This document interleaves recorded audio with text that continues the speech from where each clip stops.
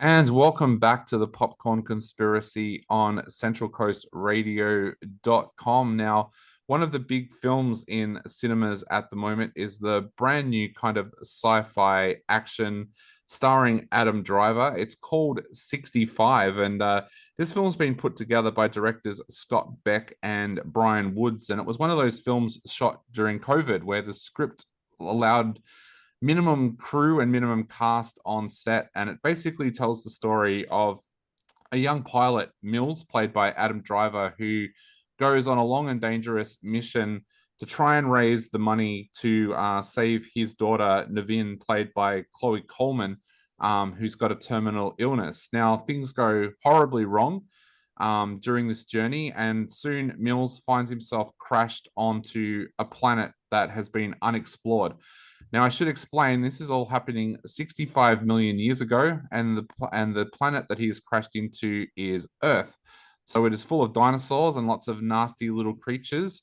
And he soon finds himself not alone. He finds himself with Koa, played by Ariana Greenblatt, who was one of the passengers on board the ship who had been chronologically frozen in order to do such a long journey.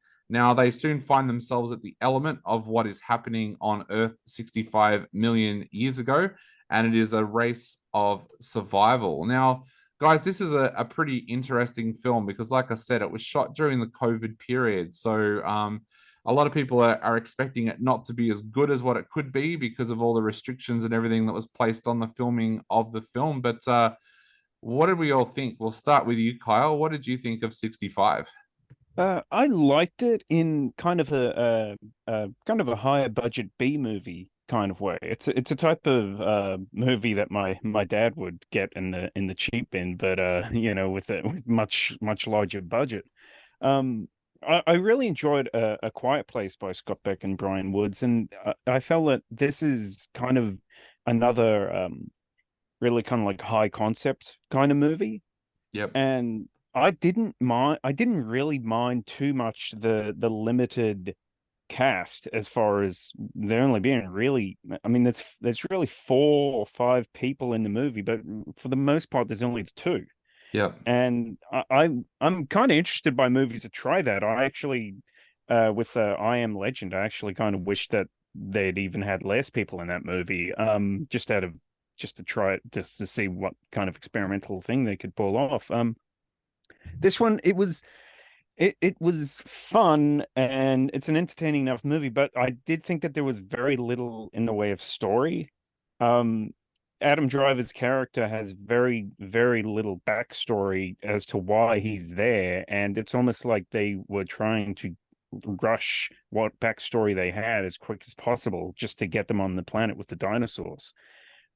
Which is commendable, I guess, for like a popcorn kind of film, but it I kind of I kind of wish that they had even maybe even gotten rid of his whole backstory about him having a daughter back home, because most of that just felt like it didn't really feel like much of a character arc as him needing to take care of this little girl, because you've already seen him in a caring capacity. But I mean, other than that, I thought Adam Driver was great. I think this is the first like real big action movie that he's done.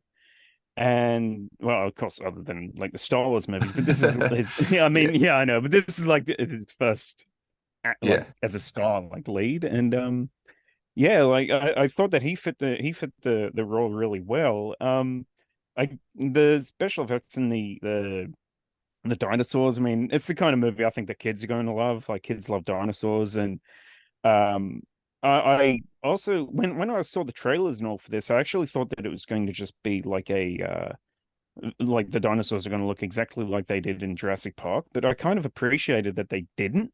Yeah. Like, I believe there's velociraptors in it, and it's more like historically accurate velociraptors, the way they like the size of dogs, Yep.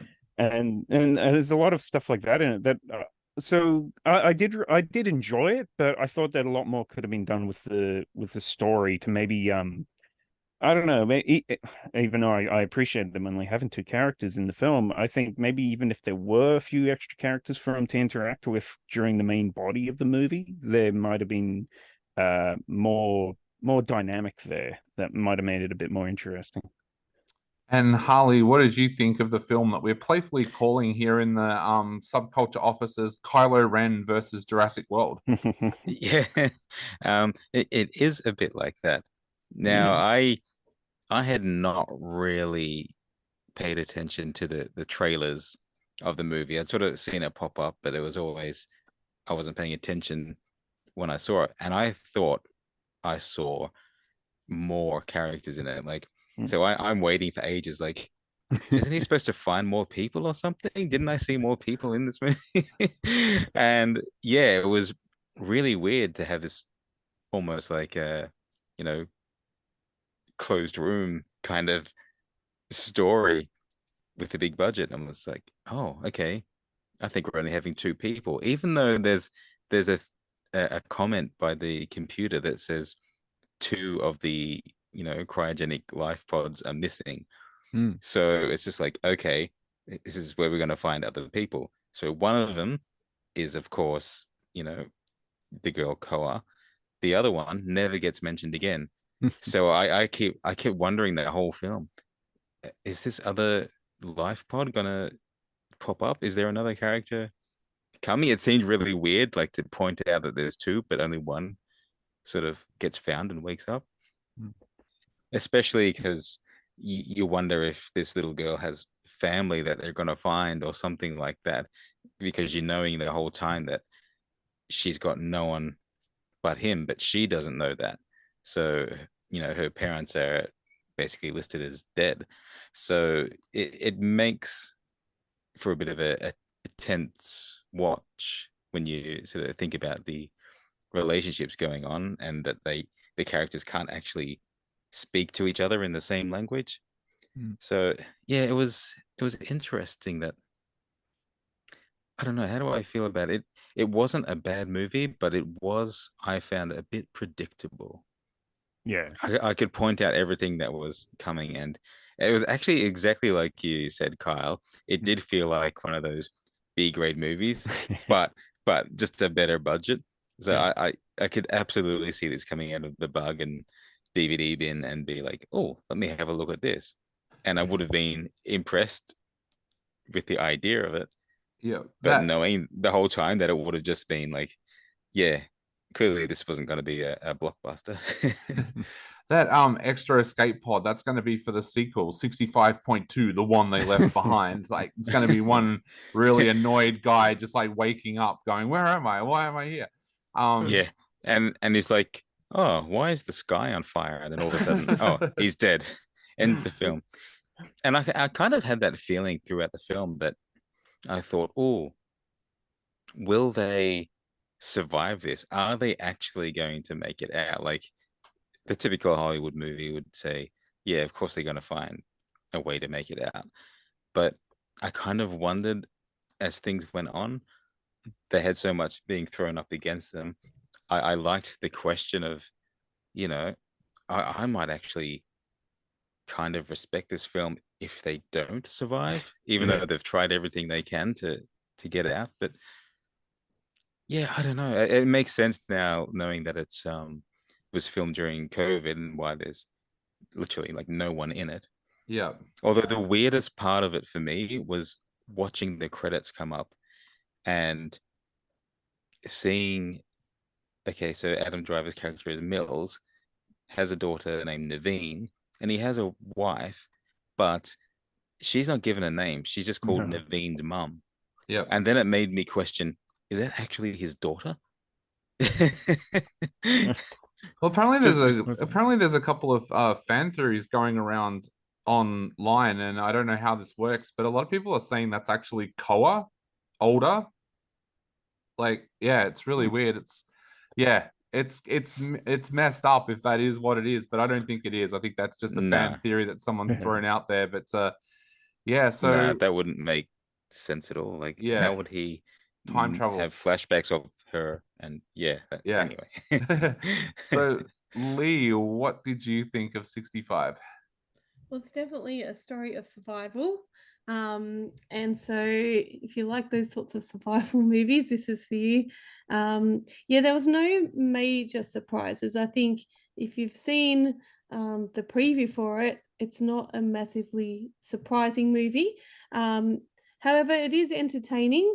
There is a lot of action, of course, and I think the characters of Mills and Koa are quite interesting. I love the language barrier, actually. You would think that that would make the film awkward or, you know, how's this going to go with two characters that find it hard to communicate for a whole film? You think, oh, this is going to be tough. But they do really well. I think the acting with the language barrier brings another level. Yeah, I guess even with the dinosaurs again, you're acting with with characters that it's hard to act with dinosaurs or real animals or anything like that. So I think it brings something different to this film. And I really liked it. I think it's just a film that you just go along, you eat your popcorn or whatever, and you just enjoy it. It's not a movie, as I said, of great surprises, but it's entertaining, and I think the acting in it is really good. Yeah, Yeah, I have to say I quite agree with that. The performances were strong. I suppose that's the benefit of having such a small cast, is that you kind of get to have the best performances on show there. Because I was really impressed with Ariana Greenblatt as Koa. She really knocked it out of the park for this film. So, it does make it worthwhile watching those performances. And it is interesting, like you said, like, yeah, she wouldn't have had anything to react to unless it was like a, Harvey Weinstein film and he was there in a green costume sneaking up on her. Like that would be scary for anyone. I But actually made that joke at one point. Kyle called one of the dinosaurs that was coming after her. Yeah. What was it? A Weinsteinosaurus. Yeah. Yeah. Yeah. I actually found this to be a really interesting film. I'm a huge Adam Driver fan. I've loved his work ever since I've seen him in films like Inside Llewellyn Davis and films like that. Like it's been kind of exciting to watch him come through the ranks and get to the point now where he can carry a film like this. And of course, this is not the first time he's done a movie where it's been a kind of like a survivalist film with just a few characters, because a few years ago now, he actually made an Australian film called Tracks with Mia Wasikowska, which was, about her trying to cross the Australian desert with just 4 camels and a dog. And he seems to come to the fore in films like that. He's one of those actors where I think a lot of people now just see him as the Kylo Ren from Star Wars, but he's a really, really good character actor. And we've seen that over the time with films like Patterson and Marriage Story and stuff like that, where he is a really strong character actor. And one of the things that really annoyed me when I first watched this film was how many times he gets hurt during the film, like his character. But then when I was thinking about it yesterday, I thought, well, hang on a minute. He's not exactly a soldier. He's a pilot. He's not trained for this kind of situations. Because, when I was watching it, I was like, man, how many times is this guy going to get hurt? Like, he's hit his head, he's dislocated his shoulder. What's he going to do next? Of it, it's like, no, this is a character that is completely out of his depth. As both Kyle and Harley mentioned as well, he's trying to help somebody that doesn't speak his language, which I found to be a really interesting element that the screenwriters would throw that into what is basically a double-hander film, because normally with a double-hander film, you're looking for as much dialogue as you can possibly get. And just to make that situation even more difficult, they've made it that these two can't communicate together using the same language. So I thought that worked really well. I loved the fact that the dinosaurs here were not some of the cute fluffy dinosaurs that you see in movies, that these were cute fluffy dinosaurs. I love that. these were vicious reptiles that are just wanting to rip meat from limbs. And I thought that added a really, really good element to it. I even love the fact that this is happening 65 million years ago. I'm glad that they didn't just do like a kind of a Planet of the Apes kind of story, that they did actually put some creativity into that and make it something that we haven't seen before, which I thought really, really worked. So yeah, I really enjoyed this film, and I recommend it. So I guess now to go around the table, what are we going to give this one out of 5? We'll start with you, Kyle. I'll give this 3 out of 5 because it is a very simple movie. There's not a lot to it, but it is an entertaining enough film. I think there's some ways that it could be better, but as far as just a popcorn movie, which I'm sure is all that they were aiming to make it, yeah, I enjoyed it. So 3 out of 5 for me. And Harley, what are you giving this one out of 5? Yeah, I've been trying to think about what I would give this because I feel they could have been so much more. They could have been a bit more original with just in the writing, the way things happened. It was a bit predictable, but I have to say for the performances, it's kind of worth it.